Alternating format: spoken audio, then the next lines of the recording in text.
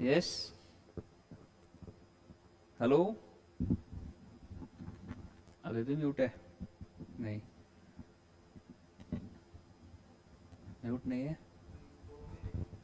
Mute नहीं है, नहीं, हेलो, यस। ऑनलाइन वाले बच्चों प्लीज अपना चेहरा दिखाओ यार, please. Yes, who is he? Shubhav Datta and yes sir. Yes, और कौन कौन है?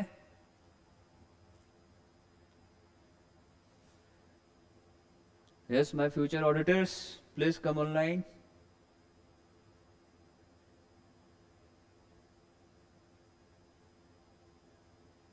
Okay, today I will start with the topic audit evidence. जो मैंने आपको 2-3 क्लासों से पढ़ा रखा है, audit evidence, audit evidence, audit evidence. तो आज ऑडिट एविडेंस के बारे में हम सीखने वाले हैं, ये क्या चीज होती है और इसका ऑडिट में इसका क्या इंपॉर्टेंट रोल है। Okay, before starting let me introduce one thing, that audit evidence का एक ऐसे है जो आपके एमसीक्यू में पूछा जा सकता है, ऐसे 500। ओके, ऐसे 500। तो इसमें क्या होगा, जो आपका ऑडिट एविडेंस होगा वो हमेशा क्या होगा, रिलायबल होना चाहिए। क्या होना चाहिए? रिलायबल होना चाहिए। और क्या होना चाहिए? फैक्चुअल होना चाहिए। और क्या होना चाहिए? फैक्चुअल होना चाहिए। और दूसरा और मैं क्या बोल सकता हूँ आपको, ऑडिटर के पास जो एविडेंस होगा वो एविडेंस ही कंक्लूजन ड्रॉ करने में मदद करेगा। राइट, ठीक है, कंक्लूजन ड्रॉ करने में मदद करेगा। अभी ऐसे 500 बोलता क्या है? ऐसे 500 ये बोलता है, जो एविडेंस आपके पास है, जो एविडेंस आपके पास है, या तो रिलायबल हो या फैक्चुअल हो, वो एविडेंस के बेस्ड पे ऑडिटर अपनी ओपिनियन फॉर्म करेगा। अब ये एविडेंस हमें कैसे लेना है, कुछ तरीके होते होंगे। एविडेंस करने का जो तरीका, एविडेंस कलेक्ट करने के तरीका को हम लोग बोलते हैं क्या? Audit procedures. क्या बोलते हैं? Audit procedures. Right, audit procedures का मतलब क्या होता है?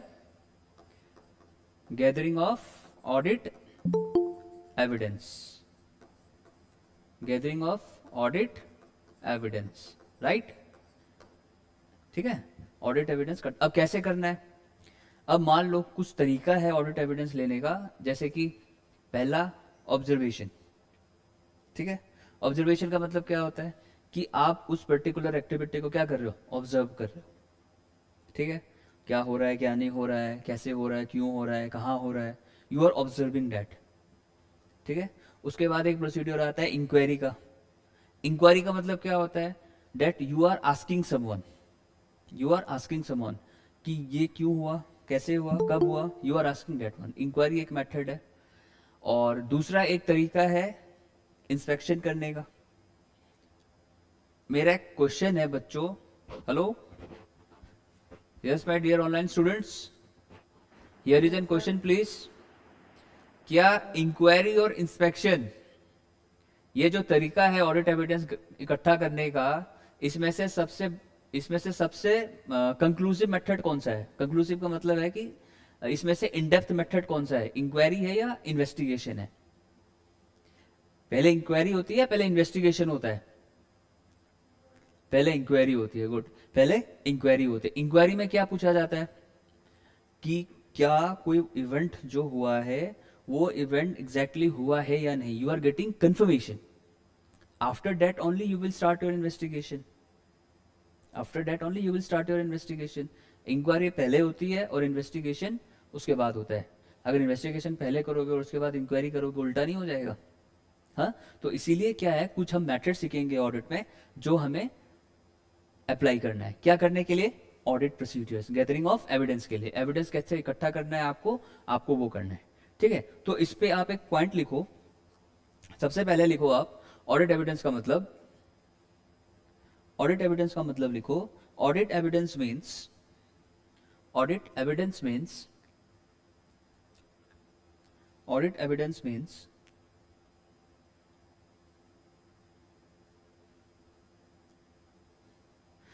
the information which is used, the information which is used by the auditor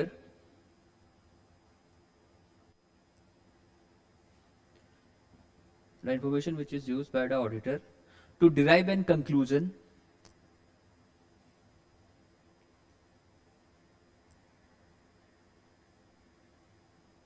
to derive an conclusion, full stop. Audit evidence includes, audit evidence includes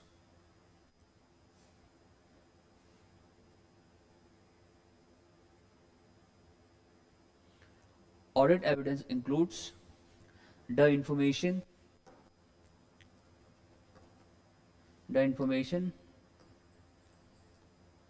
contained in the financial statement, contained in the financial statement,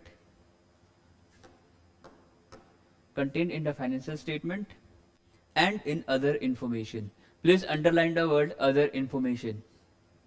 Please underline the word other information.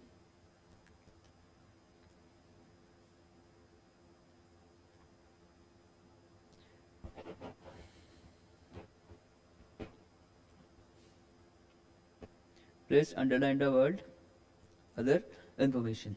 Okay? अच्छा,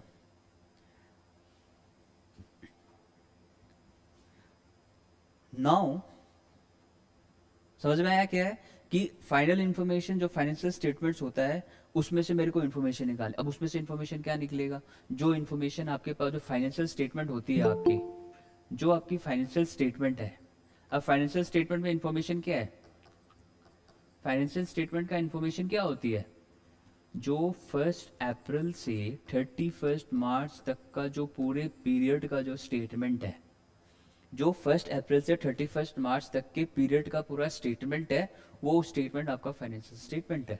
मतलब companies ने profit निकाला है, companies ने taxes पे कर रखे हैं, कंपनी ने कितना इंटरेस्ट पे कर रखा है, कंपनी का फाइनल प्रॉफिट कितना है। आपको पता है, मैं आपके आपके नॉलेज के लिए बता देता हूँ कि कंपनी प्रॉफिट कैसे निकालती है। देखो मैं आपको आज एक बात बताता हूँ। इरेजर दिस गोस से, I think you will learn in SFM, oh sorry, in financial management. This is for your information, I am giving this tip. देखो कंपनी क्या करती है, कंपनी जब प्रॉफिट निकालती है तो कंपनी सबसे पहले क्या लिखती है, प्रॉफिट कहाँ से निकलता है, सेल्स। प्रॉफिट कहाँ से निकलता है, सेल्स। उसके बाद क्या होता है, उसके बाद कंपनी अपना जो वेरिएबल खर्चा होता है उस वेरिएबल खर्चा को क्या करती है, लेस करती है। ठीक है, कंपनी क्या करती है, कंपनी अपना वेरिएबल खर्चा को लेस करती है।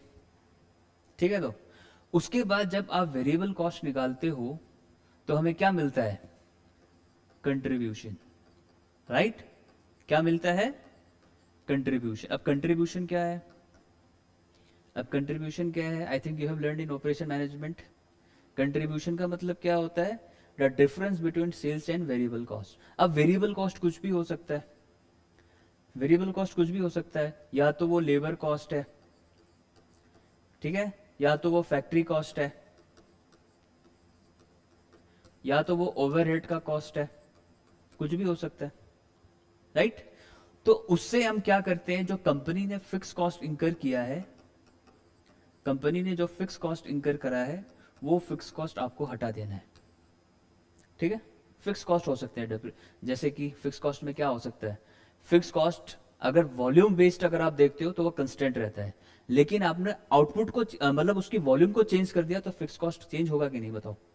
पर यूनिट की अगर मैं बात करूं, जब आप फिक्स कॉस्ट लेते हो तो एज ए होल जब आप फिक्स यूनिट बनाते हो, मान लो आप एक साल में 10 लाख यूनिट्स बनाते हो, ठीक है, तो आपकी फिक्स कॉस्ट क्या रहेगी, कंस्टेंट रहेगी, पर यूनिट कंस्टेंट रहेगी ना। पर यूनिट तो कांस्टेंट रहेगी। अगर ये 10 लाख यूनिट चेंज हो जाती है 12 लाख यूनिट से, तो क्या आपकी फिक्स कॉस्ट यूनिट बढ़ेगी या कांस्टेंट रहेगी? कुछ अगर पर यूनिट कॉस्ट देखे तो ये भी चेंज होगा। चेंज होगा कि नहीं? चेंज होगा कि नहीं? Fix cost unit per unit change होगा। अच्छा, फिक्स कॉस्ट आने के बाद मेरा क्या आता है? Profit before interest and tax. Profit before interest and tax. इससे मैं क्या करूंगा? अगर कंपनी ने कुछ लोन ले रखा है in the forms of debentures, in the forms of borrowings, in the forms of cash credit या बैंक ओवरड्राफ्ट, जो भी लोन ले रखा है, कंपनी क्या करेगी? कंपनी अपनी लाइबिलिटी कहां से देती है? प्रॉफिट से ही पे करेगी ना, तो इंटरेस्ट आएगा। ठीक है, इंटरेस्ट आएगा। तो ये मेरे को क्या देगा? इंटरेस्ट देने के बाद मेरे पास क्या बचेगा? प्रॉफिट बिफोर टैक्स, जिसको हम पीबीटी भी बोलते हैं। ठीक है, प्रॉफिट बिफोर टैक्स। तो ये जाने के बाद सरकार हमारे पीछे आएगी, भाई साहब आप टैक्स भी पे करो। तो ठीक है, मैं भी टैक्स पे करूंगा, तो टैक्स हटाऊंगा, मैं टैक्स पे करूँ, वो भी मैं कहां से दूंगा? प्रॉफिट से ही दूंगा ना। मैंने कमाया तो ही तो मैं लाइबिलिटी दूंगा। ये क्या है? लाइबिलिटी है। ठीक है, ये क्या है? लाइबिलिटी है। तो प्रॉफिट देने के बाद मेरा क्या आएगा? Profit after tax. अब ये प्रॉफिट आफ्टर टैक्स देने के बाद प्रेफरेंस डिविडेंड वाले लाइन में लगेंगे। अगर प्रेफरेंस डिविडेंड वाले लाइन में लगेंगे तो उनको भी हमें पे करना पड़ेगा कि नहीं? हाँ, क्योंकि प्रेफरेंस PREFERENC जो प्रेफरेंस डिविडेंड होता है, they are mandatorily to be given the dividend. ये कंपनीज एक्ट में लिखा हुआ है कि प्रेफरेंस डिविडेंड वालों को डिविडेंड पे करना पड़ेगा। It is mandatorily. अगर आप लिक्विडेट हो जाओ, अगर आप बैंकरप्ट हो जाओ, अगर आप दिवालिया हो जाओ, अगर आप कुछ भी हो जाओ, प्रेफरेंस डिविडेंड वालों को प्रेफरेंस शेयर्स का जो डिविडेंड मिलना है वो देना ही पड़ेगा। इसके बाद क्या बचता है? Profit after dividend. ये जो प्रॉफिट जो बचता है, ये किसका प्रॉफिट है? ये प्रॉफिट है इक्विटी शेयर होल्डर वालों का। किसका है? इक्विटी शेयर होल्डर वालों का। क्योंकि इक्विटी शेयर होल्डर क्या है? इक्विटी शेयर होल्डर को सबको देने के बाद अगर अल्टीमेट प्रॉफिट बचता है, वो किसका बनेगा? इक्विटी का बनेगा। ठीक है, तो ये क्या करना है? अगर ये जो है यहां से यहां तक आपने फिक्स कॉस्ट इंकर किया, आपने वेरिएबल कॉस्ट इंकर किया, आपने इंटरेस्ट को दिया, आपने टैक्सेस पे करे, आपने प्रेफरेंस डिविडेंड पे किया, ये जो सीरीज है, ये सीरीज हम कब करते हैं? जब कंपनी प्रॉफिट निकालती है। तो हम प्रॉफिट जब आप मैनेजमेंट अकाउंटिंग या ऐसा फाइनेंशियल मैनेजमेंट पढ़ोगे, तब आपको ये समझ में आएगा। फॉर पर्पस नॉलेज के लिए मैंने आपको बताया है कि इक्विटी शेयर होल्डर के पास में जो प्रॉफिट्स होता है वो फाइनल प्रॉफिट्स होता है, क्योंकि उनको प्रेफरेंस वालों को भी देना है, डिवेंचर्स वालों को भी देना है, लोन वालों को भी देना है, टैक्सेस भी पे करना है। ठीक है, तो मेरे को एक बात बताओ, कंपनी ने अपना प्रॉफिट निकाल लिया, तो ऑडिटर इसमें क्या चीज चेक करेगा? ऑडिटर इसमें यह चेक करेगा कि भाई साहब वेरिएबल एक्सपेंसेस कितने हैं। तो कंपनी के पास में एक्सपेंसेस का सब वाउचर्स होगा। कंपनी ये चेक करेगी fix cost per unit company के पास कितना है, ये भी कंपनी ऑडिटर चेक करेगा।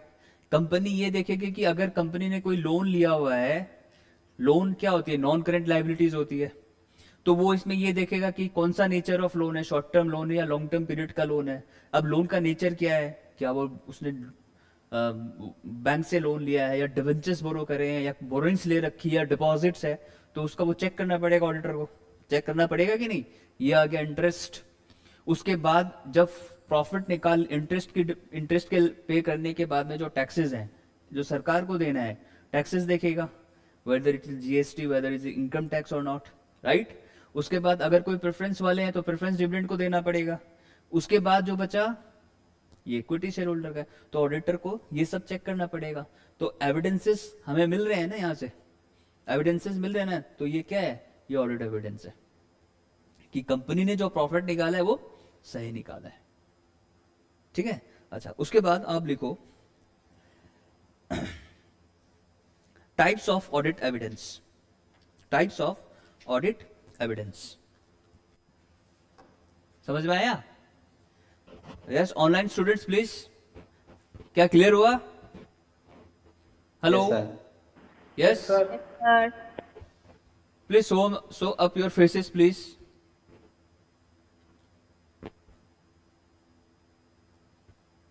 आप प्लीज क्लासेस फेस दिखा के ओ क्या करो प्लीज। कौन सा था? स्टॉक इरेजर, ये सब खत्म करो। ठीक है, टाइप्स ऑफ ऑडिट एविडेंस। पहला है पहला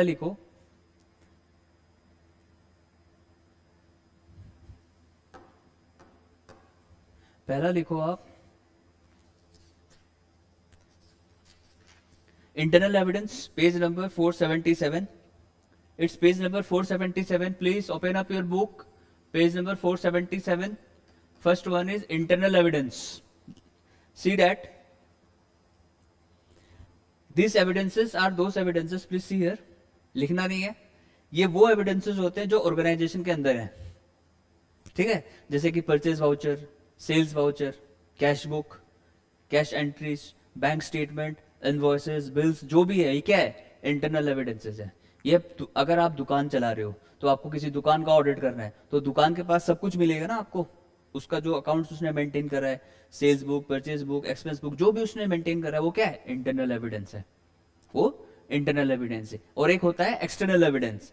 एक्सटर्नल एविडेंसेस का मतलब क्या होता है? जो बाहर है, जो बाहर है। एक्सटर्नल का मतलब कैसे? जैसे कि मैं आपको एक बात बताता हूं, एक्सटर्नल एविडेंसेस बहुत इंपॉर्टेंट होता है।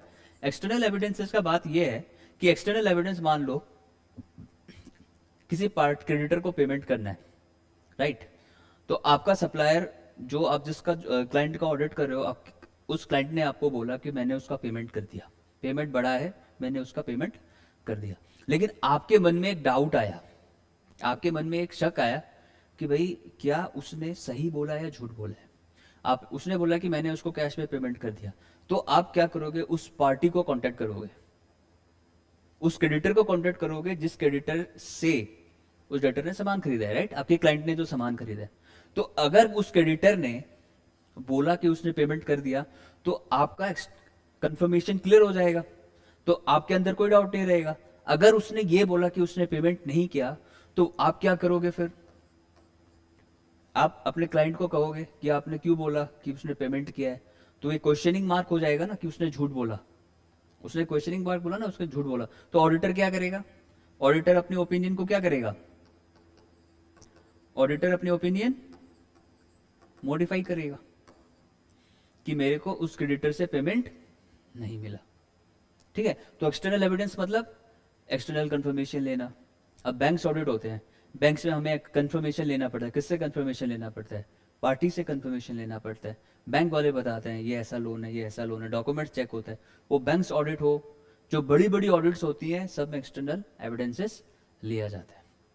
ठीक है, तो एक्सटर्नल एविडेंस मतलब जो आउटसाइड है, जो आउटसाइड है, ठीक है, जो बाहर है, उसको एक्सटर्नल एविडेंसेस बोला जाता है। ठीक है, अच्छा next topic you right the most important which is coming in exam,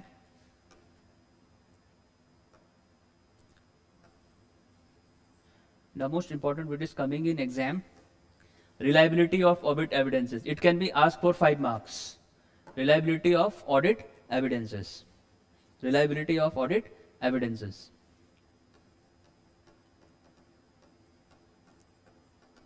Reliability of audit evidences.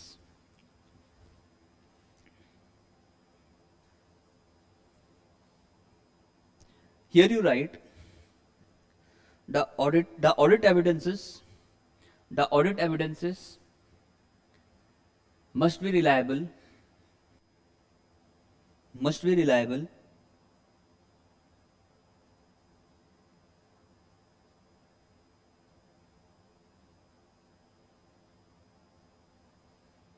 must be reliable, and and it depends on the it depends on the it depends on the sources. It depends on the sources, whether it is internal, whether it is internal or external, whether it is internal or external,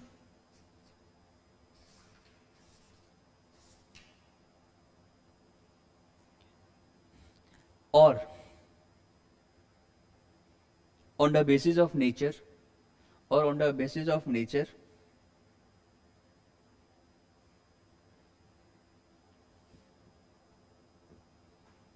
whether it is visual, whether it is visual, documentary or oral.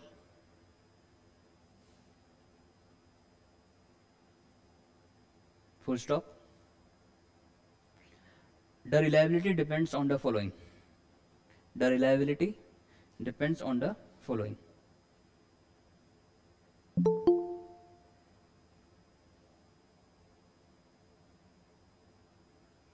The reliability depends on the following. Number one,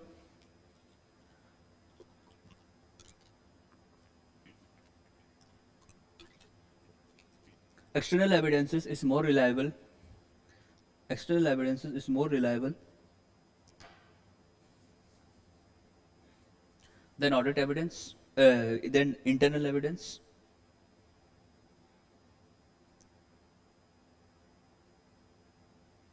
Number one, external evidence is more reliable than internal evidence.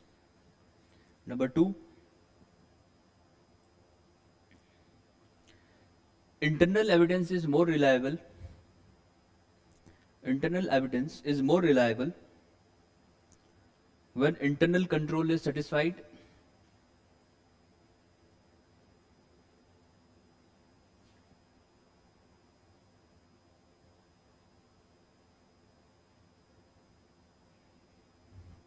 Okay, लिखा?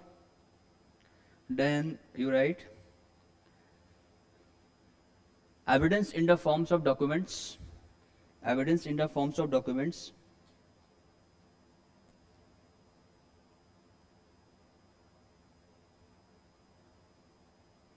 and written representation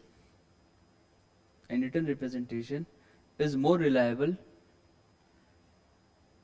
than oral.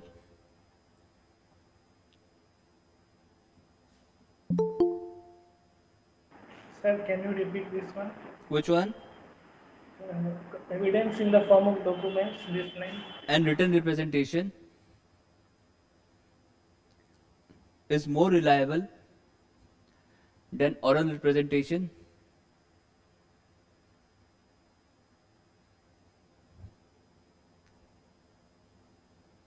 And last one, evidence obtained by the auditor, evidence obtained by the auditor is more reliable than obtained through the entity. Then obtained through the entity.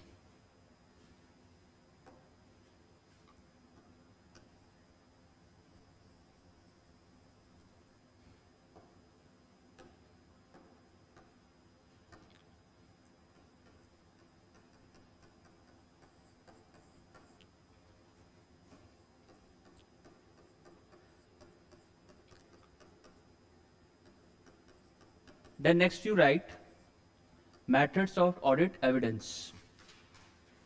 Methods of audit evidence.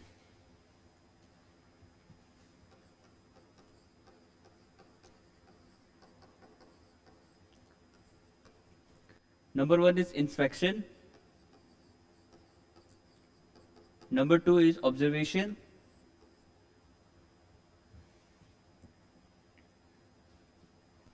Number three is inquiry and confirmation.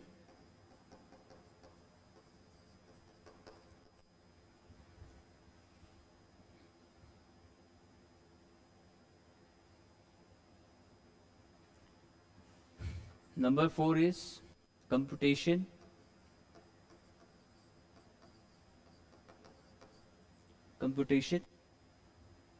And last one is analytical review.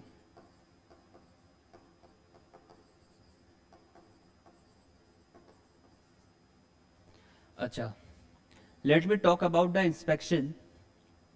There are 5 methods. Number 1 is inspection, observation, inquiry and confirmation, computation and analytical review. What is inspection?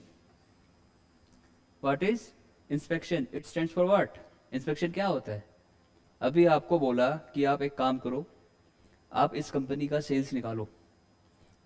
किसी आपको आपके boss ने बोला कि आप sales निकालो. अब आप क्या करोगे? सेल्स निकालना है तो आप क्या करोगे? जितना भी डेटर्स का लिस्ट है, जितना भी कस्टमर्स का लिस्ट है, जिस जिसको सामान बेचा, आप वो निकालोगे सबसे पहले. तो सेल्स कैसे निकलती है? सेल्स तो कस्टमर से निकलती है ना. तो आप क्या करोगे? आपके पास में 1000 डेटर्स है, तो आप 1000 डेटर्स का एक एक का बिल कैलकुलेट करोगे कि भाई कौन से पार्टी को हमने सामान बेचा है. आप उसको इंस्पेक्ट करोगे. अगर आपको सेल्स निकालना है तो आप उसको इंस्पेक्ट करोगे कि हाँ, इस पार्टी को मैंने माल बेचा, ए को मैंने माल बेचा, बी को मैंने माल बेचा, सी को मैंने सामान बेचा, कुछ भी बेचा. तो आप उसको देखोगे कि क्या आपकी टोटल सेल्स जो आपने बुक्स ऑफ अकाउंट्स में दिखाया है, वो आपकी जो आपने जो रिसिप्ट ट्रांजेक्शन किया था, जो आपको पैसा मिला है, उससे मैच करता है या नहीं. या आपने जो सेल्स की जो एंट्री आपने अपने टैली में करी है, क्या वो उससे मैच होता है कि नहीं. You will check that entry. उसको इंस्पेक्शन बोला जाए. ये पहला मेथड है. इंस्पेक्शन का मतलब क्या? तो इंस्पेक्शन में आप शॉर्ट नोट लिख सकते हो, एग्जामिनेशन ऑफ डॉक्यूमेंट्स. इसका मतलब होता है एग्जामिनेशन ऑफ डॉक्यूमेंट्स. क्या आपका कैश वाउचर सही है या नहीं, क्या आपका परचेज वाउचर सही है या नहीं, हर एंट्री का आपका इन ब्रीफ चेकिंग होगा. ठीक है. उसके बाद आता है ऑब्जर्वेशन. ये क्या है? ऑब्जर्वेशन का मतलब क्या होता है? ऑब्जर्वेशन का मतलब होता है कि फिजिकल अटेंडेंस. आप फिजिकली उस चीज को वाउच कर रहे हो, आप फिजिकली उसको देख रहे हो. जो देख रहे हो वो क्या है? ऑब्जर्वेशन होता है. जैसे कि इसका एग्जाम्पल क्या है? Stock audit. आप स्टॉक ऑडिट कर रहे हो, तो स्टॉक ऑडिट जब आप करने जाते हो तो आप फिजिकली ऑब्जर्व करोगे ना कि भाई मेरे पास कितना क्विंटल है वीट है. तो आप कितना चेक करोगे, कितना टन वीट है, कितना बस्ता स्टोर करके रखा है, कितना खराब हो गया, कितना जा चुका. रिसीप्ट, इश्यूज एंड बैलेंस जो होता है ना, वो ऑब्जर्वेशन है. तो वो क्या है? स्टॉक ऑडिट का एग्जाम्पल है. फिर आता है inquiry and confirmation. Inquiry and confirmation का मतलब क्या है? जैसे मैंने आपको क्रेडिटर का एग्जाम्पल दिया था कि क्रेडिटर को पेमेंट करना है. अब कितना पेमेंट करना है वो आप इंक्वायरी करोगे, किसको? क्रेडिटर को करोगे. और जब क्रेडिटर ने आपको कंफर्म कर दिया कि हाँ उसका पेमेंट आ चुका है, तो क्या बन जाएगा? वो कंफर्मेशन. ठीक है. फिर आती है कंप्यूटेशन. कंप्यूटेशन का मतलब क्या होता है? कंप्यूटेशन का मतलब होता है checking of arithmetical accuracy. Arithmetical accuracy का मतलब, अरिथमेटिकल एक्यूरेसी का मतलब क्या होता है? Yes, can anyone can say me? Hello. Sir, mathematically correct. Any error, not mathematical error, any error. Your nature of entry, whether debit has become credit or credit has become debit, that is called arithmetical errors. Whether you have mentioned any wrong amount, क्या आपने गलत amount तो नहीं लिख दिया? लिखना था आपको 10,000, आपने लिख दिया 1,00,000. ये अरिथमेटिकल एरर्स है. गलती, अमाउंट्स में गलती तो नहीं है. आपने सेल्स लिखा, सेल्स का अमाउंट 10 लाख लिखा, लेकिन ओरिजिनलिटी में परचेज था, वो अरिथमेटिकल एरर्स होता है. जो गलतियां होती है वो क्या होती है? एरर्स. उसको अरिथमेटिकल एरर्स बोला जाता है. तो वो आप देखोगे कंप्यूटेशन पे. आपकी अकाउंटिंग रिकॉर्ड सही है या नहीं, वो कंप्यूटेशन पे आता है. और एक आता है एनालिटिकल रिव्यू. एनालिटिकल रिव्यू का मतलब क्या है? कि आप मान लो you are judging what? Future forecast. Future forecast. In short, I can say budgeted versus what? जो होने वाला है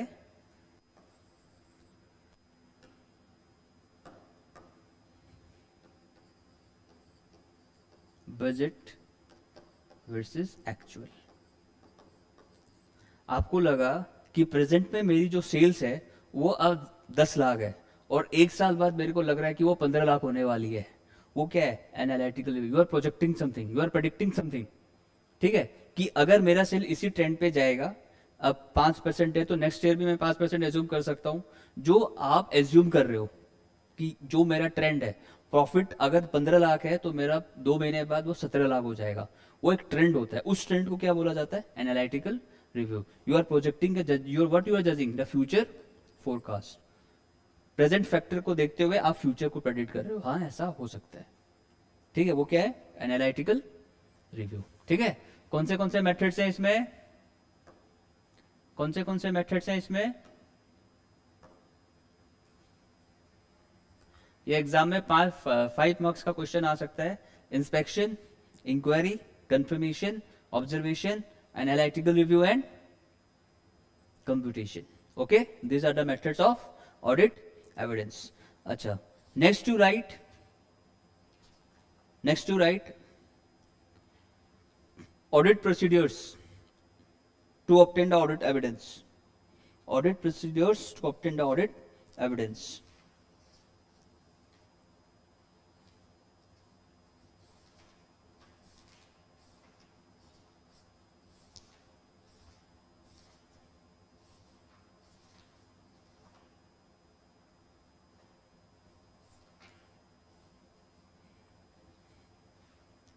अब क्या क्या प्रोसीडियर्स हैं? पहला है risk assessment procedures. Risk assessment procedures. उसके बाद लिखो number B, test of control.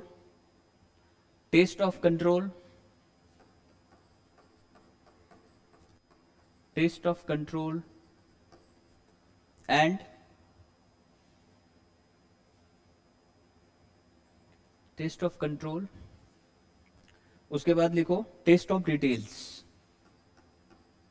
Test of details. Test of details. अच्छा, अब मैं बताता हूं रिस्क असेसमेंट प्रोसीजर का मतलब क्या होता है। रिस्क असेसमेंट प्रोसीजर का मतलब ये होता है कि आप जब इनिशियल स्टेज पे ऑडिट करना स्टार्ट करोगे तो आप अंडरस्टैंडिंग डेवलप करो कि उसका नेचर ऑफ बिजनेस क्या है, उसका स्ट्रक्चर ऑफ बिजनेस क्या है, उसका नेचर ऑफ ऑर्गेनाइजेशन क्या है। मतलब we have to obtain the understanding of this environment. What environment? Is business environment. That is called risk assessment procedures. You have to obtain an understanding. आपको ये समझना पड़ेगा, जैसे कल मैंने इनिशियल ऑडिट एंगेजमेंट समझाया था ना, तो रैप का मतलब क्या है? Risk assessment procedures. You have to obtain an understanding regarding the nature of the business, कि वो बिजनेस क्या चीज का है। You have to obtain an understanding. उसके बाद जब आपने समझ लिया कि मेरे को इसका बिजनेस और ऑपरेशंस क्या है, फिर आप क्या चेक करोगे? उसका ऑर्गेनाइजेशन स्ट्रक्चर कैसा है, उसके कंट्रोल्स कैसे हैं। ठीक है, तो रिस्क असेसमेंट प्रोसीजर्स का मतलब यही होता है, you are obtaining an understanding of business. फिर आता है test of control. Test of control का मतलब क्या होता है कि आप ये देखोगे, जो मैं नेक्स्ट चैप्टर में पढ़ाऊंगा, क्या आपके इंटरनल कंट्रोल्स इफेक्टिव है या नहीं। अब इंटरनल कंट्रोल क्या है, लेटर पार्ट में मैं आपको समझाने वाला हूं। ठीक है, इंटरनल कंट्रोल का मतलब क्या है, क्या आपके इंटरनल कंट्रोल इफेक्टिव है या नहीं। और टेस्ट ऑफ डिटेल्स का मतलब क्या होता है? टेस्ट ऑफ डिटेल्स का मतलब क्या होता है?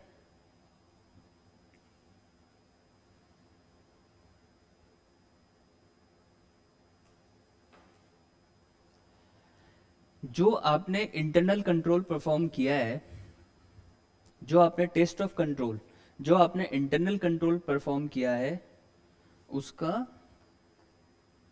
क्या? उसकी efficiency,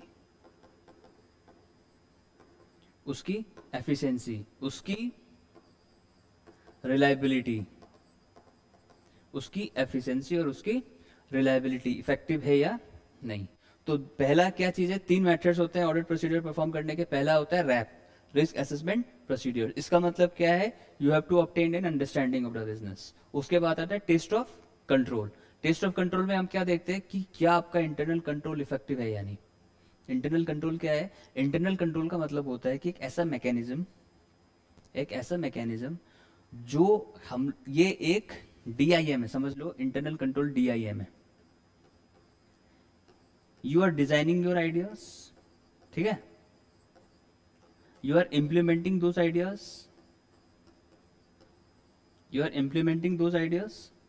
and you are managing your ideas. आपके पास एक आइडिया है, आपके पास एक प्लान है जो आप DIM कर रहे हो, डिजाइन किया आपने, उसको इम्प्लीमेंट किया और फिर आपने उसको मैनेज किया। ये कैसा कंट्रोल, SQC है ना, कल पढ़ा था, स्टैंडर्ड्स ऑन क्वालिटी कंट्रोल।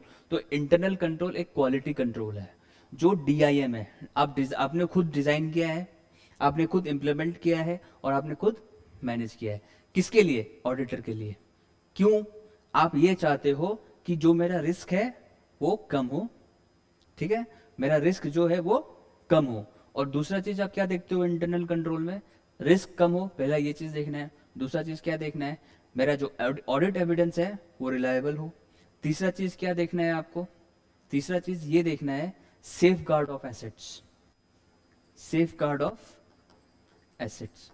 आप जिस कंपनी का ऑडिट कर रहे हो, ठीक है, आप जिस कंपनी का ऑडिट कर रहे हो उसके एसेट्स को नुकसान ना हो।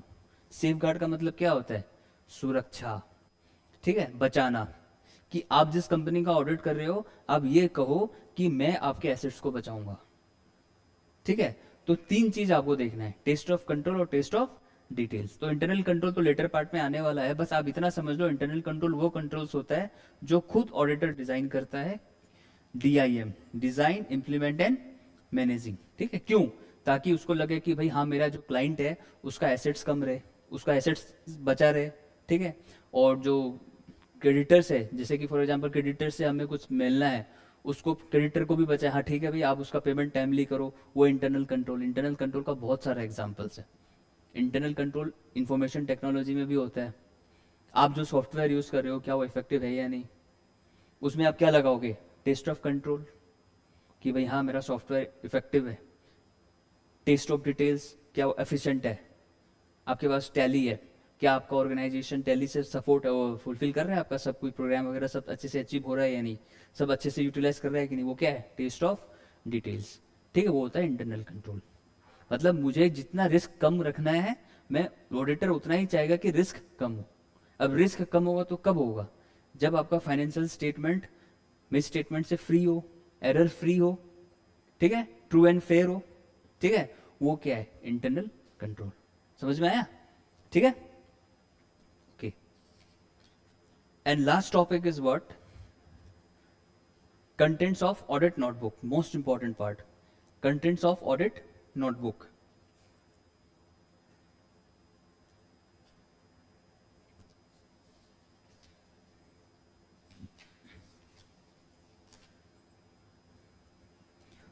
अच्छा, ऑडिट नोटबुक का दूसरा नाम क्या था, ऑडिट नोटबुक का दूसरा नाम क्या था, ऑडिट, क्या नाम था दूसरा, ऑडिट ऑडिट नोटबुक का दूसरा नाम क्या था, वर्किंग डॉक्यूमेंट, ठीक है, वर्किंग डॉक्यूमेंट। अब आपके वर्किंग डॉक्यूमेंट में क्या क्या आ सकता है, ये 4 मार्क्स का पूछ सकता है। Content of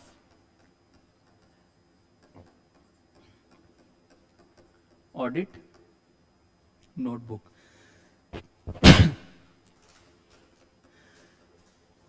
sorry, contents of audit notebook. सबसे पहले लिखो आप,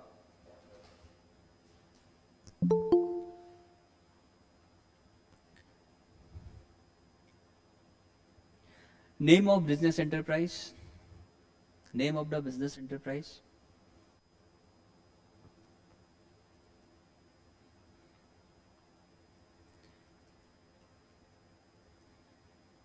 organizational structure organizational structure,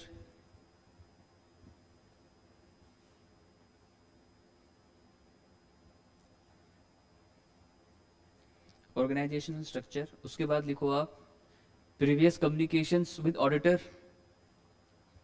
previous communications with auditor,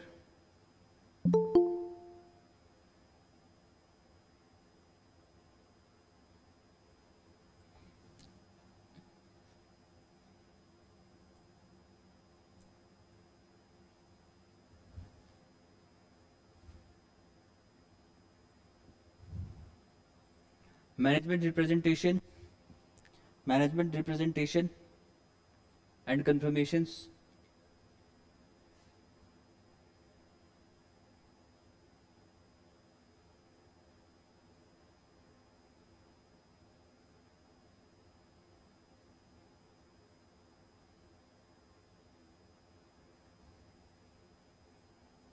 then you write errors and fraud discovered, errors and fraud discovered,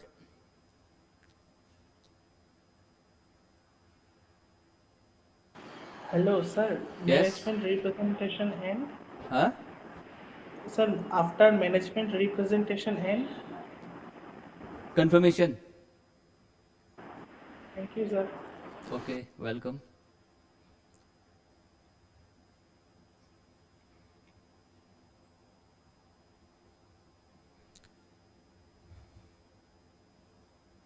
Then you write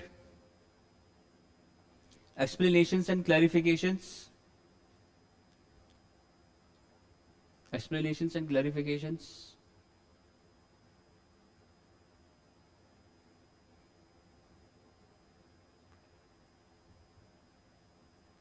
next special point required to be focused while auditing, special points required to be focused while auditing,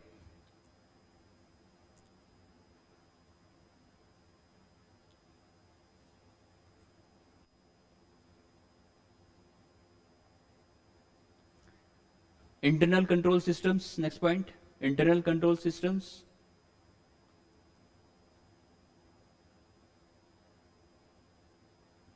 internal control systems, last one, list of the accounting records maintained, list of the accounting records maintained by the firm,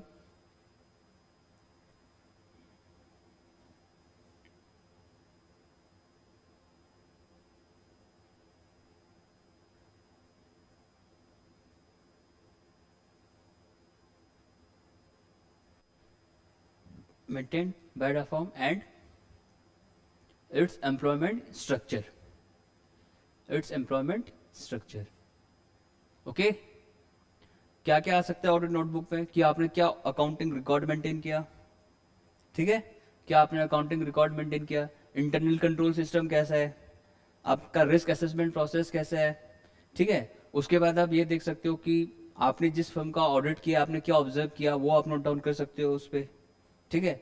क्या fraud से, क्या error से, arithmetical accuracy जिसको मैंने बोला, क्या error से क्या फ्रॉड से वो आपने क्या नोट डाउन किया वो आप वो ऑडिट नोटबुक का पार्ट हो सकता है, हो सकता है। मैनेजमेंट का स्ट्रक्चर कैसा हो सकता है, जिसका आप जिस फर्म का जिसका ऑडिट कर रहे हो तो आपको ये पता होगा कि मैनेजमेंट का स्ट्रक्चर कैसा है, क्या वो हाई है, लेवल है, न्यूट्रल है, कुछ भी हो सकता है। और उसके बाद आप क्या देख सकते हो, किस टाइप का अकाउंटिंग रिकॉर्ड्स मेंटेन करेगा, क्या हाथ में मैनुअली मेंटेन किया हुआ है या आपने कोई सॉफ्टवेयर यूज किया हुआ है, ठीक है। उसके बाद और क्या आ सकता है ऑडिट कंटेंट्स ऑफ में नोटबुक में, और क्या क्या आ सकता है, ऑर्गेनाइजेशन का नाम जिसका आप ऑडिट कर रहे हो, एबीसी लिमिटेड, XYZ लिमिटेड, कुछ भी नाम हो सकता है, ठीक है। तो this is the important point of this chapter which you have to revise, right. समझ में आ गया, ऑडिट एविडेंस समझ में आया क्या, hello, yes please, Yes, sir. समझ में आया क्या सबको, Yes, sir. Yes, sir. Yes, sir. Okay. I have an question please, Tushar Singhania, yes Tushar Yes, sir. Please, Yes, sir. मुझे आप एक क्वेश्चन बताओ, मैं आपसे क्वेश्चन पूछ रहा हूँ, उसको प्लीज उसका आंसर दो। आपके पास जो ऑडिट एविडेंस है, Yes, हेलो, sir. आपके पास जो ऑडिट एविडेंस है, मान लो मेरे पास कुछ स्टॉक ऑफ गुड्स है, राइट? Okay, sir. तो मैंने जब उसको वैल्यू किया उस स्टॉक ऑफ गुड्स को, तो मैंने जब वैल्यू किया तो उसकी जो कीमत थी वो 20 करोड़ रुपए थी, ठीक है? Yes, sir. उसकी कीमत 20 करोड़ रुपए थी। ये मैंने वैल्यू किया था 2 साल पहले, ओके? Okay, sir. आज जब मैं इसकी वैल्यूएशन निकाल रहा हूं स्टॉक ऑफ गुड्स की, उसकी वैल्यू क्या हुई, उसमें से कुछ अनयूज्ड मटेरियल था 4 करोड़ का, ठीक है? Unused Yes, sir. मटेरियल था 4 करोड़ का, तो आज उसकी वैल्यू कितनी है? 16 करोड़, राइट? ठीक Okay, है? sir. मेरे को आप एक बात बताओ, जब मैं आज इस इन्वेंटरी की वैल्यूएशन करूंगा 16 करोड़ की, जब आज मैं इसकी वैल्यूएशन करूंगा, तो मैं इसमें कौन सा ऑडिट प्रोसीजर लगाने वाला हूं? जब मैंने पहले देखा 2 साल पहले, मेरा क्वेश्चन ये है, फिर से समझ लो, 2 साल पहले मेरा स्टॉक ऑफ गुड्स का कीमत 20 करोड़ रुपए था, उसमें से कुछ डैमेज हो गया, 4 करोड़ का गुड्स डैमेज हो गया, और आज उसकी कीमत 16 करोड़ रुपए आ रही है, राइट? तो मेरे को इसका ऑडिट करना है, इस स्टॉक ऑफ गुड्स का ऑडिट करना है, ठीक है? तो आप इस पे कौन सा ऑडिट प्रोसीजर लगाओगे, बताओ? आप इस पे कौन सा Risk assessment. हाँ, Risk assessment procedure. Risk assessment? Procedure. मेरे को प्रोसीजर बताओ, आप कौन सा ऑडिट प्रोसीजर लगाओगे? आप क्या आप इंस्पेक्शन करोगे, क्या आप ऑब्जर्वेशन करोगे, क्या आप एनालिटिकल रिव्यू करोगे, क्या आप इसकी इंक्वायरी करोगे, क्या आप इसका कंप्यूटेशन करोगे, क्या आप क्या करोगे, बताओ मेरे को, प्रोसीजर्स बताओ। मैंने आपको ऑडिट Sir, observation. हाँ, Sir, observation जो physical ऑब्जर्वेशन, ऑब्जर्वेशन नहीं, कुछ क्योंकि और वो है। स्टॉक का है ना सर. स्टॉक ऑफ गुड्स है, yes. You will observe, what you will observe? Yes, observe. क्या आपका अनयूज मटेरियल सही है या नहीं? समझ में आया? Yes. क्या आपका Yes, sir. जो अनयूज मटेरियल डैमेज हुआ था, क्या वो सच में डैमेज हुआ था या यह मिथ है? वो आप चेक करोगे ना। तो ये चेक करने के लिए आप क्या करोगे? आप उस स्टॉक ऑफ वेयर हाउस पे जाओगे, भाई देखो पहले कितना 20 करोड़ का सामान है या नहीं। तो आप क्या करोगे? जो पिछले 2 साल की जो Observation. पिछले 2 साल की जो रिपोर्ट है, आप वो रिपोर्ट्स मंगवाओगे, प्रीसीडिंग ऑडिट 2 साल की ऑडिट रिपोर्ट मंगवाओगे फर्म से, राइट? आप फिर चेक करोगे, आप कंफर्मेशन लोगे, तो आप देखोगे ना स्टॉक ऑफ गुड्स है या नहीं। तो स्टॉक ऑफ गुड्स पे क्या लगता है? ऑब्जर्वेशन लगता है। समझ में आया? Yes, sir. अच्छा, मेरा क्वेश्चन नेक्स्ट बंटी यादव से है। Yes Bunty, yes sir. मेरे का क्वेश्चन आपसे है, मेरे को ऑडिट करना है, ठीक है? मेरे पास एक क्लाइंट आता है, उसने मेरे को सब बताया, उसका नेचर ऑफ बिजनेस, उसका ऑर्गेनाइजेशन स्ट्रक्चर क्या है, उसका एम्प्लॉयज कितना है, सब कुछ उसने मेरे को डिटेल्स बताया, राइट? अच्छा, अब मेरे को उसका ऑडिट स्टार्ट करना है। तो आप मेरे को ये बताओ कि मैं कैसे आगे बढ़ूंगा? What steps I will take to start my audit? What steps I will take to start my audit? Sir पहले तो उसके साथ कम्युनिकेशन करना पड़ेगा यस, वेरी और गुड। बेसिक नॉलेज लूंगी, मतलब उसका ऑर्गेनाइजेशन का, जैसे यस, बताओ। हेलो, जी सर। बताओ प्लीज। सर फर्स्ट तो मीटिंग्स में अंडरस्टैंडिंग कर यस, यू हैव लूंगी टू डेवलप एन कि अंडरस्टैंडिंग मतलब क्लाइंट। जी मतलब सबसे जी पहले आप क्या करोगे? उसके साथ मीटिंग करोगे, क्लाइंट के साथ मीटिंग करोगे, मीटिंग करने के बाद उससे कंफर्मेशन लोगे, भाई कैसा बिजनेस है, क्या है, क्लियरेंस सब होने के बाद आप इंगेजमेंट लेटर तैयार करोगे, ठीक है? जी सर। इंगेजमेंट लेटर तैयार करने के बाद फिर आप क्या करोगे? Engagement sir letter, what is agreement करना पड़ेगा पहले, what is that? अंडरस्टैंडिंग का। Sorry, what is that engagement letter, please? Can you highlight the 4 points?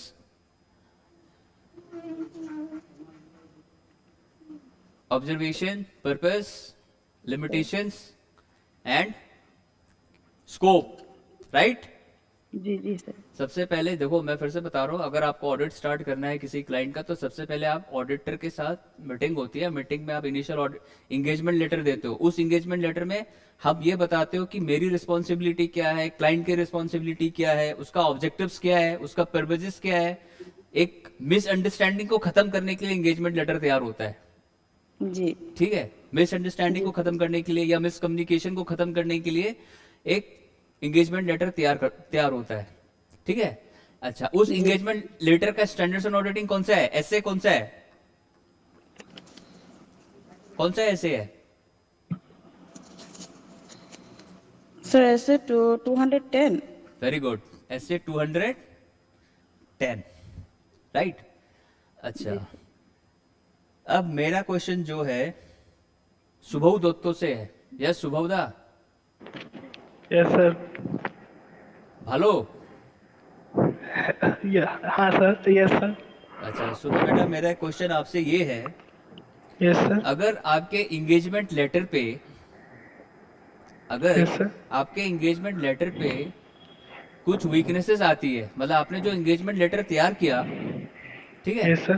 तो आपके इंगेजमेंट लेटर्स पे कुछ वीकनेस आ गया, वीकनेस मतलब वो इनएडुकेट नहीं है, आपका लेटर ऑफ इंगेजमेंट इनएडुकेट नहीं है, ठीक है, yes letter sir. Of inadequate नहीं है, तो क्या आप अपने लेटर ऑफ इंगेजमेंट को चेंज करा सकते हो या नहीं?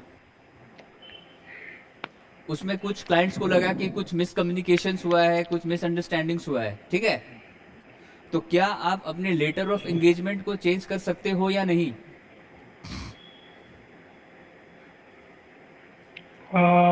ये क्वेश्चन सीए सर फाइनल में आया हुआ क्वेश्चन है बेटा, बताओ क्या आप अपने लेटर ऑफ एंगेजमेंट को चेंज कर सकते हो या नहीं?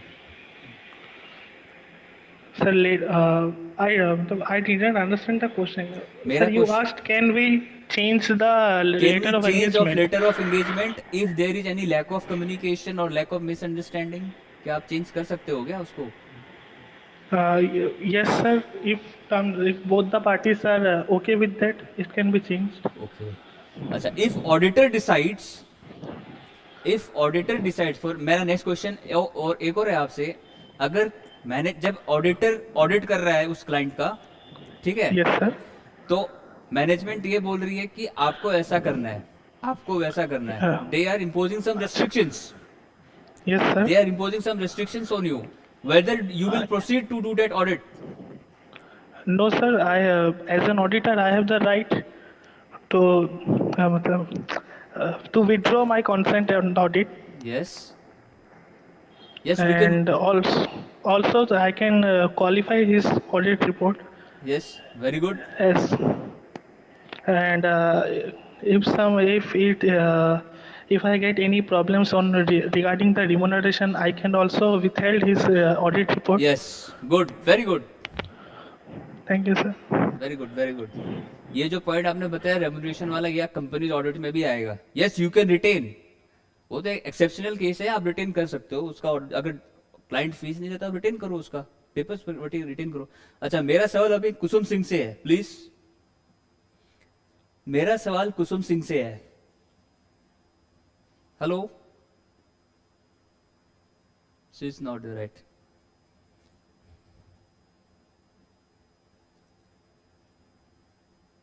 अच्छा, शुभ्रदीप पोल, Yes, sir. आप हो? Yes, sir. अच्छा दादा, मेरा क्वेश्चन आपसे ये है,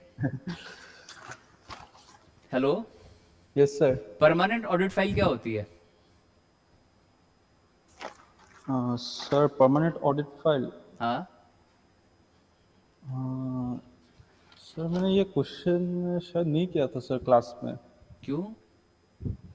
ये तो सर, कल ही शायद मैं- कराया था बेटा, सर ये पहला क्वेश्चन था। कल ही कराया था, 48 घंटे भी नहीं हुए बेटा। और सर कल का क्वेश्चन था ना। Yes sir, working paper permanent.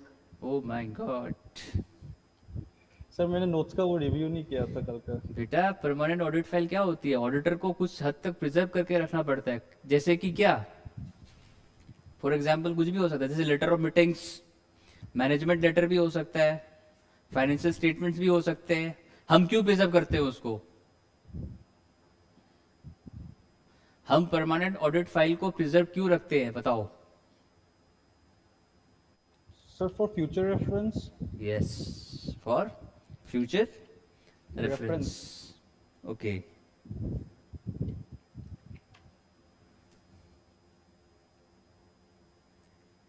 Yes, Anshu Kalita please. Anshu Kalita. Yes, sir. Yes. भाल. हाँ भाले. बेटा मेरा क्वेश्चन आपसे ये है हाँ. कि हम जो ऑडिट डॉक्यूमेंटेशन जिसको हम वर्किंग पेपर्स बोलते हैं, ठीक है, वो हम मेंटेन कब करते हैं? वो हम मेंटेन कब करते हैं, बताओ? Working document. वर्किंग पेपर जो आपका होता है जिसको हम ऑडिट हाँ, हाँ. डॉक्यूमेंटेशन बोलते हैं, वो हम मेंटेन कब करते हैं और क्यों करते हैं?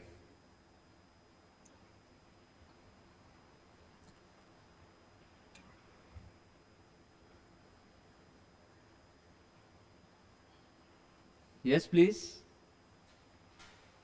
हेलो. हाँ सर. मेरा क्वेश्चन फिर से समझ लो. मेरा क्वेश्चन ये है आपसे, हम जो वर्किंग पेपर जिसको हम ऑडिट डॉक्यूमेंट बोलते हैं ना, ऑडिट डॉक्यूमेंटेशन, हाँ. ऑडिट डॉक्यूमेंटेशन हम मेंटेन क्यों करते हैं? व्हाई?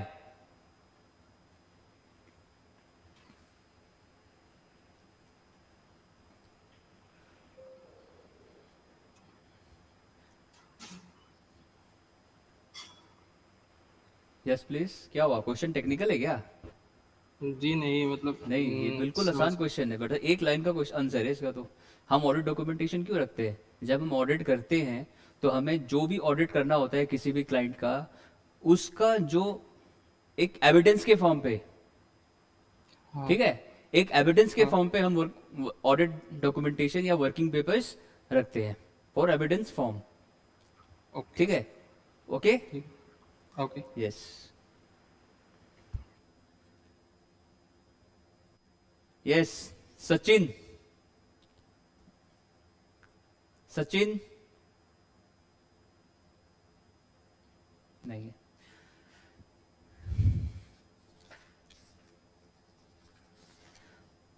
ओके.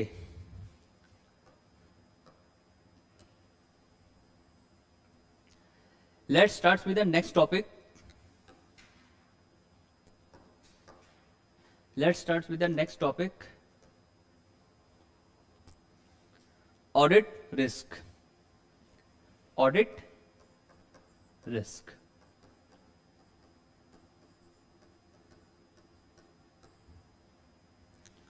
अच्छा, मेरे को एक बात बताओ आप, रिस्क का मतलब क्या होता है?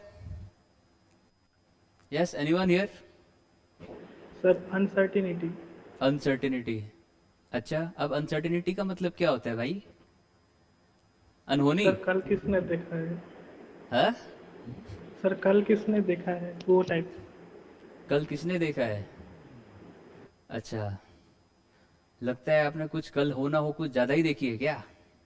अच्छा, मेरे मेरे मेरे को एक बात बताओ, रिस्क का मतलब क्या होता है? रिस्क जनरल अगर कोई पूछे, कोई आपसे पूछे रिस्क का मतलब क्या होता है, रिस्क का मतलब क्या होता है बताओ? कोई भी एक ऐसा अनसर्टेनिटी जो हम लोगों को नुकसान दे, राइट? ठीक है. तो अभी अगर मैं बात करूं ऑडिट रिस्क की, तो ऑडिट रिस्क आप क्या चाहोगे एज एन ऑडिटर? क्या रिस्क ज्यादा हो या रिस्क कम हो? कम हो सर. ऑडिट रिस्क कम हो. कम हो. अच्छा, ये अब ये ऑडिट रिस्क कम करेंगे कैसे? अगर ऑडिटर को लगा कि रिस्क बहुत ज्यादा है, तो इसका मतलब क्या है कि इंटरनल कंट्रोल कम है. कम. अगर रिस्क कम है तो इंटरनल कंट्रोल क्या है? ज्यादा है कि नहीं, बताओ? तो ये जो ऑडिट रिस्क है ना, ये इंटरनल कंट्रोल के ऊपर डिपेंड करता है. हमेशा बात याद रखना, ये इंटरनल कंट्रोल के ऊपर डिपेंड करता है. अच्छा, कोई स्टॉक मार्केट में इन्वेस्टमेंट वगैरह करता है क्या? Yes sir. हाँ, Yes, स्टॉक मार्केट में Yes, sir. इन्वेस्टमेंट वगैरह करता है ना? Yes sir. अच्छा, स्टॉक क्या है? स्टॉक क्या करंट एसेट है या लिक्विड एसेट्स है? स्टॉक जो होता है क्या ये करंट एसेट है या लिक्विड एसेट है? Current assets. Current हाँ? assets. Current assets. Current क्या? assets. कौन सा एसेट? Current assets. यस, समझा नहीं मैंने, क्या एसेट है? Current assets, sir. Current asset Current है। assets. अच्छा, करंट एसेट, ओके। मेरे को लगा फॉरेन एसेट। अच्छा, करंट एसेट है, ठीक है। अच्छा, क्यों है ये करंट एसेट? करंट एसेट का मतलब होता क्या है, बताओ? करंट एसेट का मतलब होता क्या है? Sir with in Sir, one जब अकाउंटिंग ईयर इसको कैश में कन्वर्ट कर सकते हैं। अरे दादा, करंट एसेट का मतलब वो एसेट होता है which is to be receive within 1 year, converted into cash नहीं। अगर आप कैश पे कन्वर्ट करोगे तो उसको क्या बोलोगे? Liquid asset. समझ में आया? अगर आपने अपने एसेट को कैश में कन्वर्ट कर दिया तो वो क्या बनेगा? लिक्विड एसेट बनेगा। और Liquid asset. करंट एसेट क्या होता है? जो मेरे को मिलने वाला है with in a period of 1 year. अच्छा, अगर 1 साल के बाद मिला तो वो क्या बन जाएगा? अगर 1 साल के बाद मिला तो आज मेरे को किसी पार्टी से, मेरे कस्टमर से, मेरे डेटर से पेमेंट लेना है, आज 10 साल हो गए मेरे को पेमेंट नहीं मिला, तो वो कौन सा एसेट बन जाएगा? Bad debts. Bad debts current asset होता है क्या? यस। जो बैड डेब्ट्स होता है वो क्या करंट एसेट होता है क्या? नो सर, तो क्या होता है बैड डेब्ट्स? सर ये वो तो लॉस है, हाँ, वो मतलब लॉस हो जाता है वो। वो लॉस हो जाता है। Very good. अच्छा देखो, जो स्टॉक जो 1 साल के बाद आपको मिलेगा वो नॉन करंट एसेट हो जाएगा, ठीक है? वो नॉन करंट एसेट हो जाएगा। अभी मान लो आप जब ऑडिट रिस्क जो है, ऑडिट रिस्क को आप जितना कम करोगे आपकी मटेरियलिटी लेवल उतनी ज्यादा होगी। आपका जो बोलते हो ना कि मेरा फाइनेंशियल स्टेटमेंट जो है फ्री फ्रॉम एरर है या miss statement free from error है, तो जब तक आप अपने ऑडिट रिस्क को कम करोगे आपकी मटेरियलिटी लेवल हाई होगी। मटेरियलिटी लेवल का मतलब कि आपने एक परसेंटेज सेट कर रखा है कि मेरा रिस्क 5% से कम नहीं होना चाहिए, मेरा रिस्क जो है 10% से कम नहीं होना चाहिए, ठीक है? ये ऐसे आता है 5 मेरे हिसाब से मटेरियलिटी लेवल का एक ऐसे है, मेरे को याद नहीं आ रहा, उस पर मैं पढ़ाऊंगा आपको। बस जब आप ऑडिट रिस्क करते हो ना, जब आप ऑडिट रिस्क को जज करते हो तो आपको 2 बातों का ध्यान रखना है। पहला क्या कि उसमें लेवल ऑफ इंटरनल कंट्रोल कितना है, और दूसरा मटेरियलिटी लेवल, ठीक है? जो रिस्क है ये 2 फैक्टर्स पे डिपेंड है, internal control and materiality level. Internal control और मटेरियलिटी लेवल का मतलब होता है आप एक बेंचमार्क सेट करना, एक टारगेट परसेंटेज सेट करना, ठीक है? मटेरियलिटी लेवल इस पे नहीं है बेटा, सुन लो। तो ऑडिट रिस्क का मतलब क्या होता है? जहां पे ऑडिटर इनअप्रोप्रिएट ओपिनियन देता है। ऑडिट रिस्क में ऑडिट का मतलब ये होता है कि जहां पे ऑडिटर इनअप्रोप्रिएट ओपिनियन देता है। अब जहां ऑडिटर ने इनअप्रोप्रिएट ओपिनियन दे दिया, क्यों दिया? ऑडिटर को लगा कि मेरा इंटरनल कंट्रोल कम है और मेरी मटेरियलिटी लेवल जो मैंने परसेंटेज सेट किया हुआ है वो कम है।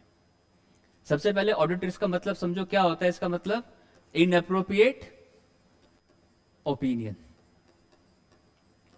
Inappropriate opinion. अगर ऑडिटर की इनअप्रोप्रिएट ओपिनियन आ जाए तो आपकी जो ऑडिट रिपोर्ट है, क्या वो ट्रू एंड फेयर होगी? यस। क्या आपकी ऑडिट, अगर आपका इनअप्रोप्रिएट ओपिनियन है तो क्या आपकी audit report true and fair होगी क्या? नो सर, No, हाँ? sir, no. No. No, sir. नहीं हो- अगर अप्रोप्रिएट करना है तो मेरे को क्या करना पड़ेगा? अगर उसको अप्रोप्रिएट कर, कब होती है रिस्क, कब आता है रिस्क? अब देखो मैं आपको एक बात बताता हूं। अभी इंडिया में बहुत सारे स्कैम्स हो रहे हैं, इंडिया में बहुत सारा स्कैम्स हुआ है। चिट फंड घोटाला, शारदा घोटाला, सत्यम कंप्यूटर घोटाला, स्कैम्स बहुत ज्यादा हुआ था। इंडिया का सबसे पहला स्कैम जो है वो 1948 में हुआ था, जीव घोटाला। तो अभी देखो जब फाइनेंशियल फ्रॉड्स होता है, ठीक है, जब फाइनेंशियल फ्रॉड्स होता है, बेसिकली क्या कंपनीज में किस चीज का ऑडिट होता है? फाइनेंशियल ट्रांजैक्शंस का ऑडिट होता है। अगर ऑडिटर को लगता है कि कंपनी में फाइनेंशियल फ्रॉड बहुत ज्यादा हो रहा है, तो ऑडिटर, पहले आप उस चीज को समझो कि ऑडिट रिस्क कब होती है, उसका फैक्टर्स को देखो, उस चीज को समझो। ऑडिट रिस्क का मतलब है कि ऑडिटर ने इनअप्रोप्रिएट ओपिनियन दिया हुआ है, तो ऑडिटर बोला कि ठीक है भाई, मेरे को लग रहा है कि इसमें कुछ गलती है, मैं अपनी क्वालिफाइड ओपिनियन नहीं देने वाला, मैं अपनी मॉडिफाइड ओपिनियन नहीं देने वाला। ठीक है, तो ऑडिटर को क्यों लगा कि यहाँ पे इनअप्रोप्रिएट ओपिनियन है? Why? We need to understand why. अब ये वाई का आंसर क्या है? वाई का आंसर ये है, या तो कंपनी का इंटरनल कंट्रोल कम है, या तो कंपनी ने जो बेंचमार्क सेट किया हुआ था, जो परसेंटेज ऑफ रिस्क सेट किया हुआ था, वो ज्यादा है। ठीक है, कंपनी ने अचीव नहीं किया, या कंपनी के पास जो फाइनेंशियल ट्रांजेक्शन्स है वो फिक्टिशियस है। फिक्टिशियस का मतलब समझते हो क्या होता है? बिना नाम का। जैसे कि आपको प्रॉफिट को डाउन करना है, ठीक है, मैं एग्जांपल दे रहा हूं, मान लो आपको प्रॉफिट को डाउन करना है, तो आप क्या करोगे? बोगस बिल्स बनाओगे। बोगस बिल्स बनाना अनरिकॉर्डेड परचेजेस है, अनरिकॉर्डेड परचेजेस करना, आपने परचेज किया ही नहीं, फिर भी आप उसकी एंट्री नहीं कर रहे हो, परचेज करे जा रहे हो, परचेज करे जा रहे हो, आपने वो नहीं दिखाया, वो ऑडिट रिस्क है, वो एक ऑडिट रिस्क है। सेल को कम कर देना, वो भी एक ऑडिट रिस्क है। कैश ट्रांजेक्शन्स को ज्यादा इंपॉर्टेंस देना, वो भी ऑडिट रिस्क है। अच्छा, अभी देखना, जीएसटी डिपार्टमेंट का मैं आपको एक केस बता रहा हूं। अभी क्या हुआ कुछ दिन पहले कि फेक बिल बना के सरकार से इनपुट टैक्स क्रेडिट क्लेम कर लिया। अब क्या था, जीएसटी में आपने पढ़ा होगा कि when an party is supplying something, you can take input tax credit from the other party. Okay, तो उसके लिए क्या है, मेरे पास जीएसटी रजिस्ट्रेशन होना जरूरी है और मेरे पास बिल होना जरूरी है। तो अभी क्या हुआ कि कोई ग्रुप ऑफ पर्सन्स ने मिलके एक बोगस किसी डॉक्यूमेंट्स वगैरह किसी का बनाया, उसका नाम से जीएसटी रजिस्ट्रेशन नंबर लिया और सरकार से लगभग करोड़ों का इनपुट टैक्स क्रेडिट क्लेम कर लिया। ठीक है, अभी हमें जब उसका ऑडिट करना है तो किसका एग्जाम्पल है वो? ऑडिट रिस्क का एग्जाम्पल है या किसी और का एग्जाम्पल है? वो ऑडिट रिस्क है कि नहीं? क्या चीज का रिस्क है? उन्होंने इनपुट टैक्स क्रेडिट बहुत ज्यादा क्लेम किया। इनपुट टैक्स क्रेडिट कम क्लेम करने से क्या होता है, अपना जीएसटी जो देना होता है वो कम हो जाता है, अपनी लायबिलिटी कम हो जाती है, सरकार से हमें क्रेडिट मिलता है, तभी हम अपनी लायबिलिटी या जीएसटी टैक्सेस पे करते हैं। तो वो क्या था? वो एक ऑडिट रिस्क था, वो एक रिस्क था, ऑडिट रिस्क नहीं था, वो एक रिस्क था। जब पकड़े जाते तो उसके ऊपर पेनल्टी या इम्प्रिजनमेंट जो लगना था वो लग जाता।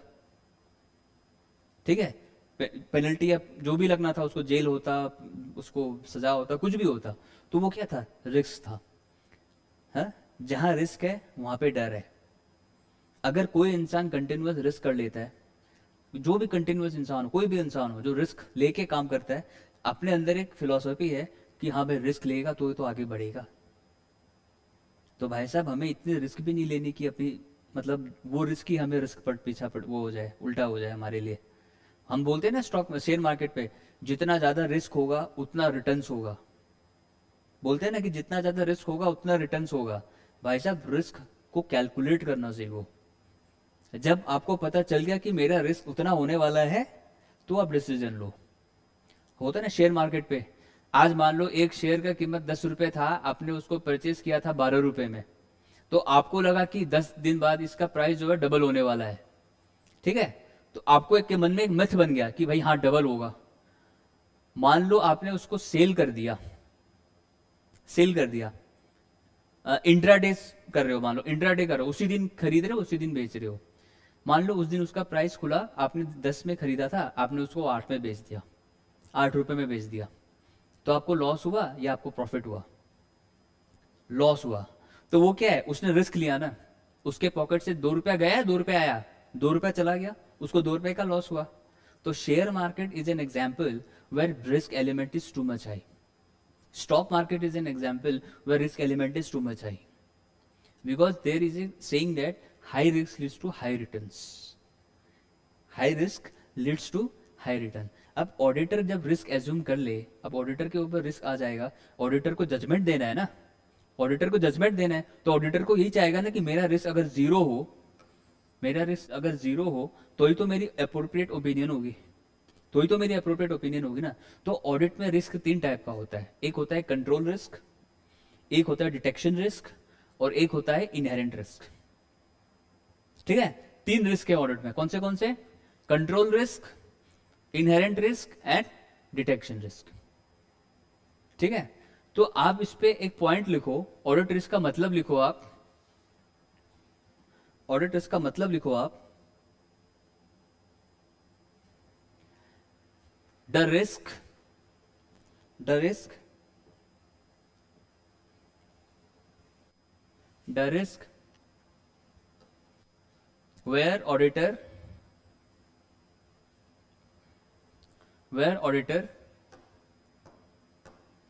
gives an inappropriate opinion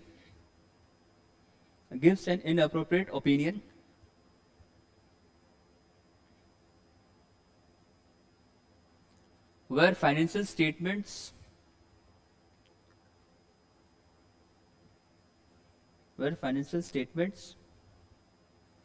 are materially misstated.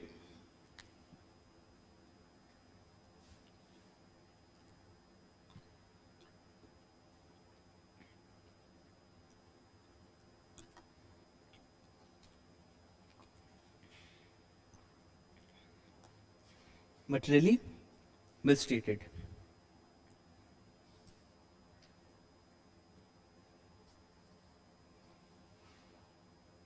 Now you write types of audit risk.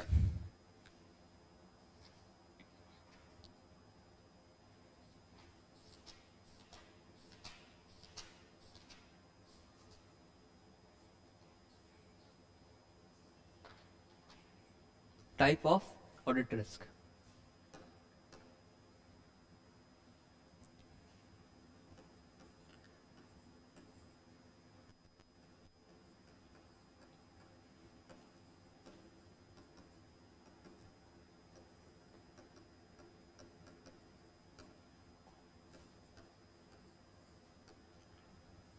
Number A is risk of material misstatement. इसके अंदर दो आएंगे, inherent risk and control risk.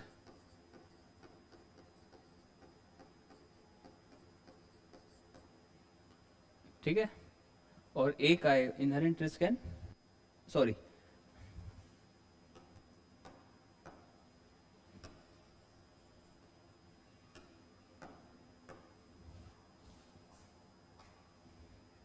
Inherent risk, sorry ये कंट्रोल रिस्क ही है, control risk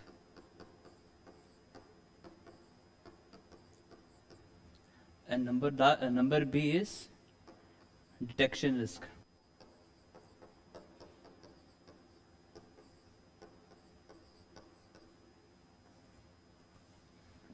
detection risk.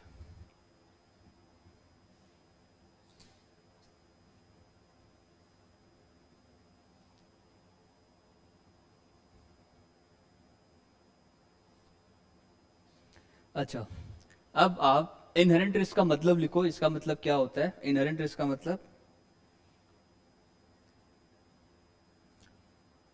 This refers to those risk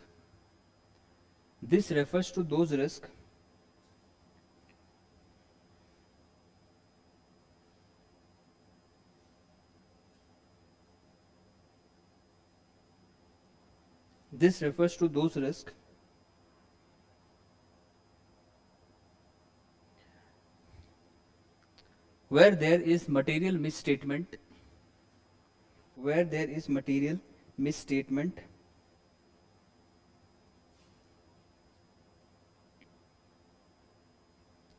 due to the complex transactions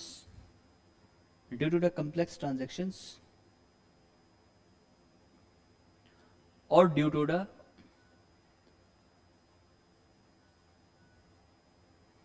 unorganized fraud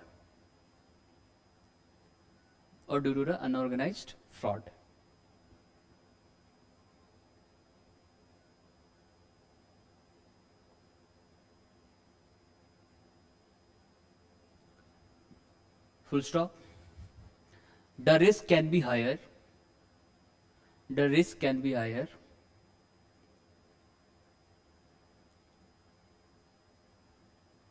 for some classes of transactions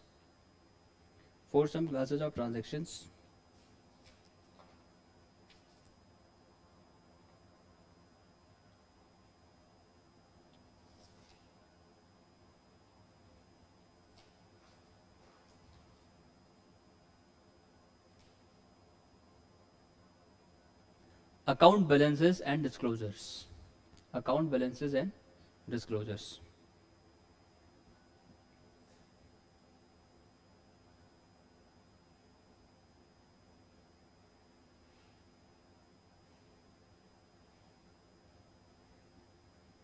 Okay. Next you write control risk.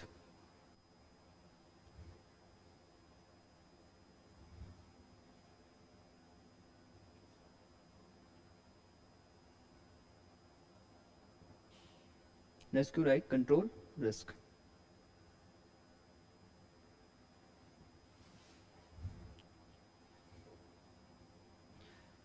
This risk refers to the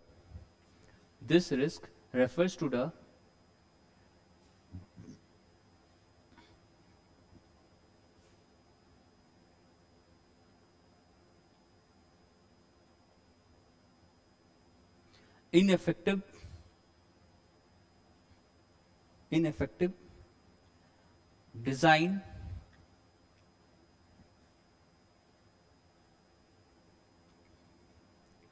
implementation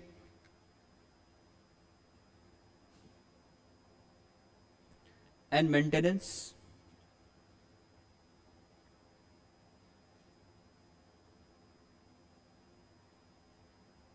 of internal control system.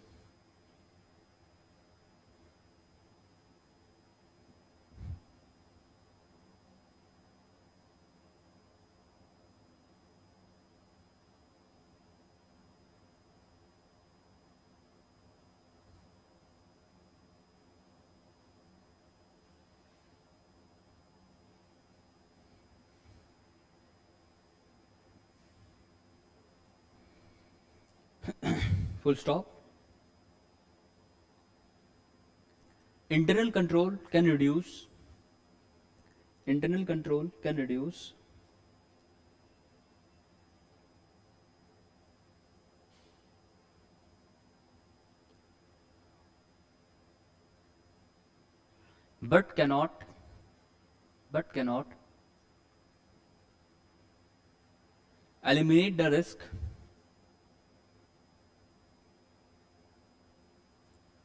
but cannot eliminate the risk because of the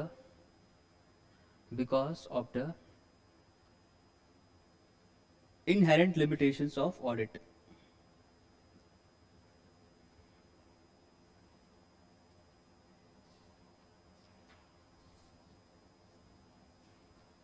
Inherent limitations of audit.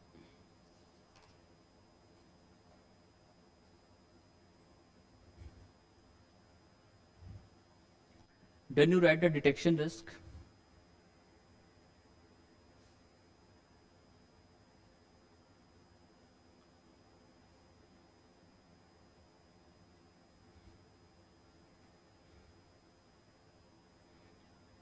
The risk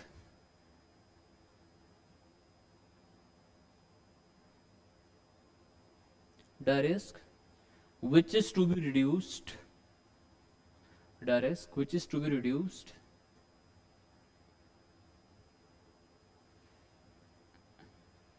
acceptably at low level.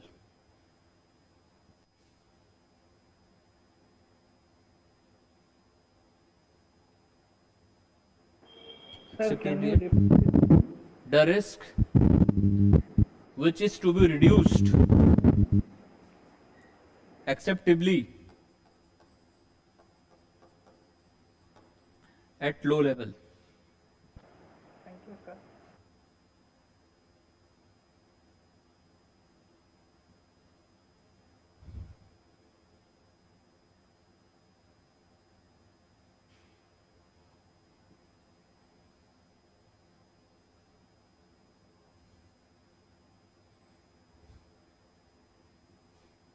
For example,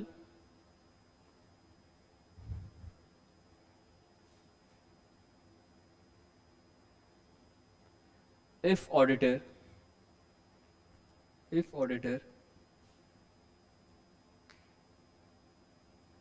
applies any testing method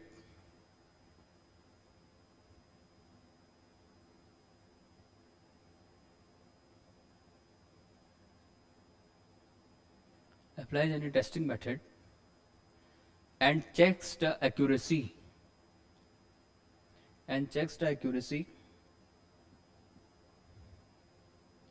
of invoice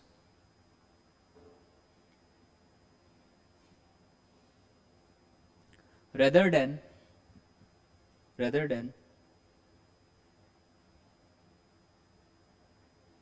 the occurrence of such event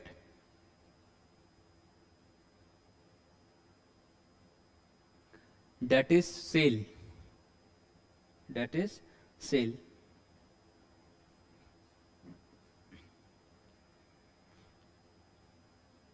There are the chances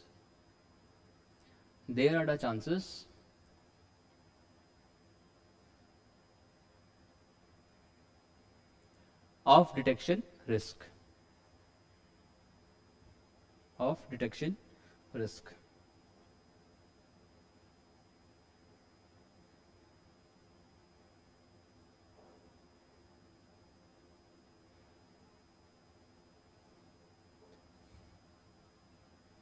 Okay, so detection risk means what? Which is reduced at zero level. Okay, which is reduced to at zero level. It is called detection risk. Any doubt?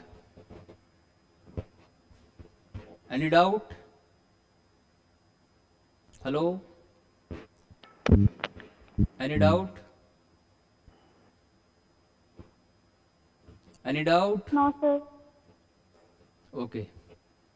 Sir, this detection risk, didn't understand this.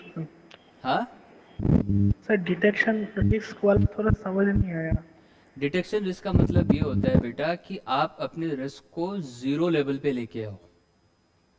ठीक है, zero level पे लेके आओ. जितना कम हो सके उसको उतना कम करो. उसको क्या बोलते हैं? Detection risk.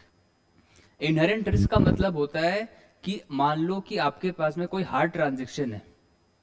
ठीक है, कोई आपके पास में कोई हार्ड ट्रांजैक्शन है.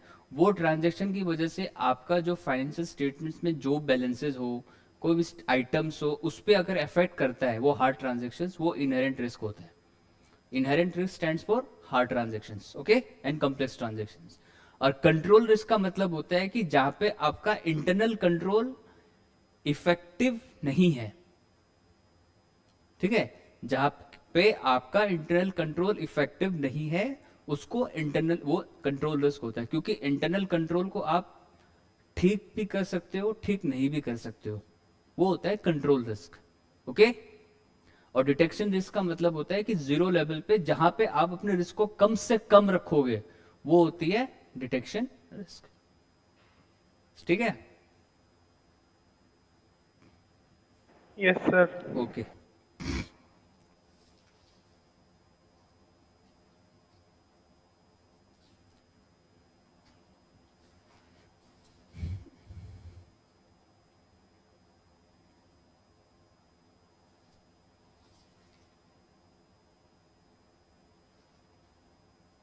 अच्छा, now you write the topic assessment of audit risk.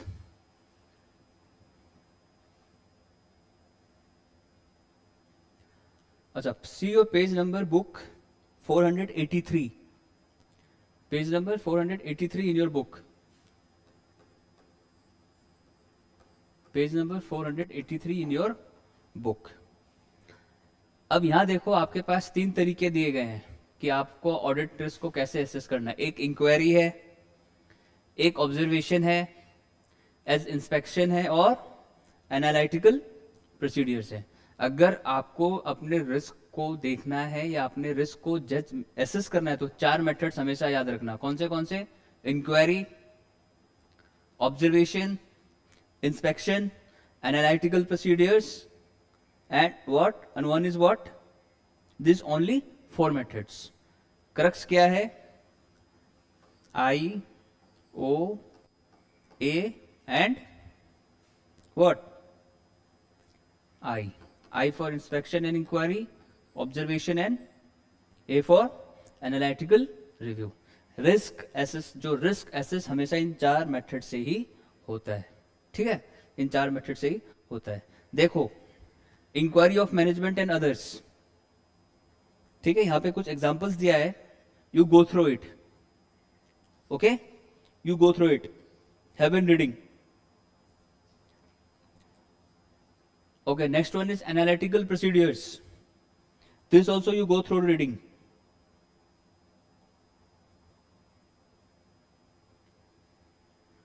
And observe ये जो है IO AI, ये सब methods of audit procedures है जो आपने पहले पढ़ा हुआ है, ये वही है, ठीक है.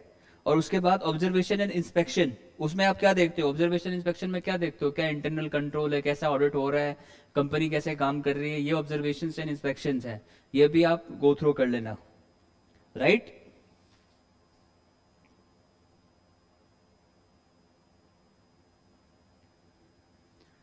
अच्छा, इनके अलावा और भी और 3 मेथड्स दिए हुए हैं आपके बुक में, जैसे कि information obtain from the prior periods, कि आपने अगर उसी एंटिटी का पहले साल कोई ऑडिट किया हुआ था तो आपके पास में अगर कोई पिछले साल की ऑडिट रिपोर्ट है तो आप वो भी आप यूज कर सकते हो, ये भी एक तरीका है. दूसरा तरीका है डिस्कशन कर सकते हो आप अपनी ऑडिट टीम के साथ, जो आप ऑडिट करने वाले हो, जैसे इंगेजमेंट टीम जो है उसके साथ आप डिस्कशन कर सकते हो. और दूसरा क्या है, अंडरस्टैंडिंग, रैप. क्या है, रैप, रिस्क असेसमेंट प्रोसीड्यूर, मतलब obtaining understanding of the business. ये 3 तरीके उसके साथ अलग है. अगर आपके एग्जाम में ये क्वेश्चन आता है कि how will you just risk assess, this one, how will you assess the audit risk, you will write there are 3 types of risk, internal risk, sorry inherent risk, control risk and detection risk. अगर आपको पूछा कि आप उसको कैसे assess करोगे तो आप क्या लिखोगे कि मेरे पास इंस्पेक्शन होगा, ऑब्जर्वेशन होगा, ठीक है, उसके बाद में एनालिटिकल रिव्यू होगा और टेस्ट, ये क्या होगा, टीवी क्या है, ये आई फॉर इंक्वायरी होगा. अगर उसके साथ साथ और 4 मेथड्स अगर बोलता है कि क्या लिखना है, आप लिख देना कि हाँ मैंने अगर इस सेम एंटिटी का ऑडिट किया है पिछले साल, तो वो भी हम कम्युनिकेट कर सकते हैं, या फिर ऑडिट टीम का डिस्कशन भी कर सकते हैं, या फिर हम लास्ट वाला क्या था, रैप, रिस्क असेसमेंट प्रोसीड्यूर्स. ठीक है, यस, टाइम हो गया है. I am summing up my class.